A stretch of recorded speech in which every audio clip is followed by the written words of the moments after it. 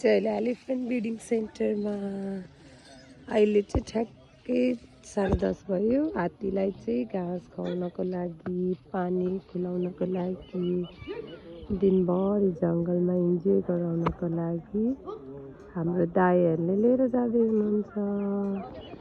सबै बच्चा हात्ती, मम्मा हात्ती सबैजना सँगै जाँदै हुनुहुन्छ।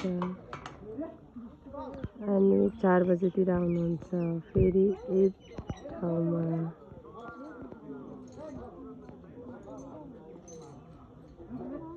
बच्चाहरूले पनि आफ्नो मम्मीलाई फलो गर्दै जाँदै हुनुहुन्छ। सुखी